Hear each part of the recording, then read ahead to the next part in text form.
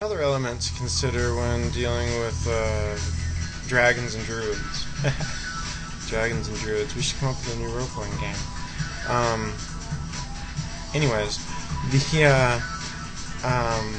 elemental idea, that elemental beings have the ability to remain hidden or seemingly disappear. This is called mimicry. And it's the ability of an element to mimic their physical surroundings. It's like camouflage. They can slip into the astral mist also if need be under certain threshold conditions. Many otherworldly beings possess such an ability to find a small interdimensional fold to move through, which creates actually a momentary rift of antimatter. For the purposes of pursuing a study in dragon magic, we're going to assume that dragons are real, on the account at least insofar of the astral and spiritual level, and that the druids were said to use dragons as co-wizards in their magical work. That they had the ability to use elemental alchemy to fashion dragon guides and guardians, and that they could themselves identify the potent draconic current in natural surroundings and use it in magic. There's also the idea of the dragon kings and the druids as dragons in and of themselves, as far as their race and the genetics and the Sumerians and all that. But that's in and of my theory.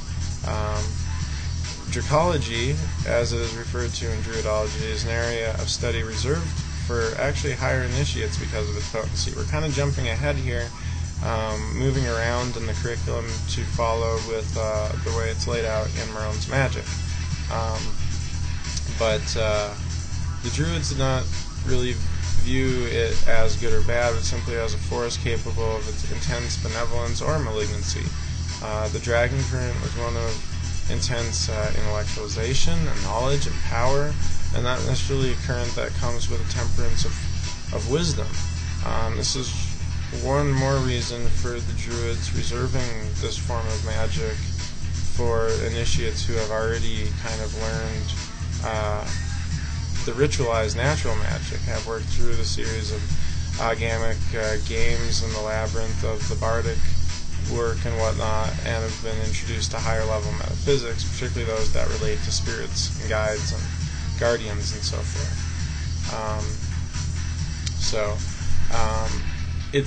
There are books available in pop New Age culture about dragon magic and dragon spellcraft and all that stuff. And I can actually save you a lot of time and money and trouble by covering the tenets of that and the applications of that right here in our series, because it is a niche. It is a niche, to say the least. And those who do pursue the metaphysics of dragons, however, generally tend to fall into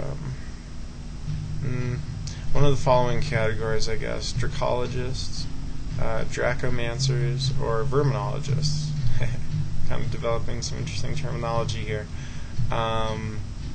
So, in our idea of draconian metaphysics, I guess as it would be, we'll examine the differences of these categories. Further, there's mythological lore concerning dragons, and finally, ritual correspondences to help in the performance of actual dragon magic. There's also, according to Druidic lore and other revival traditions, concepts of draconian conjuration and summoning and callings and so forth. And all of this is quite simple to outline here. So firstly, we'll talk. Dracology is the study of dragon energies with the intent of assimilating many of the attributes of the draconian current, the dragon current, as it exists here upon Earth.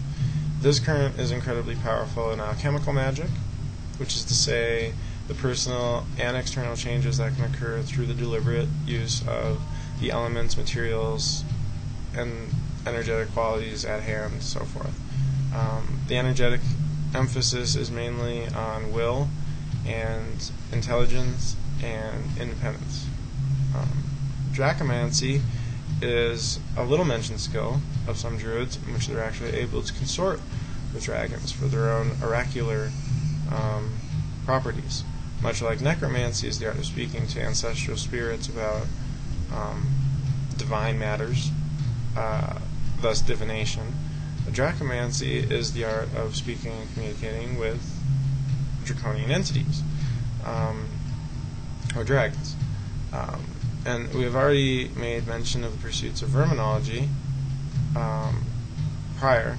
So, here a seeker would go out and find physical evidence and information on dragons currently inhabiting this physical Earth planet, as it were, which are interdimensional in nature anyways. Also, as we've mentioned, there's the lore concerning dragons that have emerged from Mesopotamia and the Middle East and whatnot. The first dragon is given several names, which is called Tiamat in some Babylonian mythos, and has appeared in Hermetics as Yaldabaoth, and in Judaic mysticism and Enochian magic, she is called Choronzon, the torturous serpent. And again, this particular Tiamat current is highly malignant. Also Kur in some Sumerian epics. This particular current is kind of malignant, so to speak, at least the way it's portrayed from a Mardukite perspective in terms of Marduk versus Tiamat and the Elder Gods versus the Ancient Ones.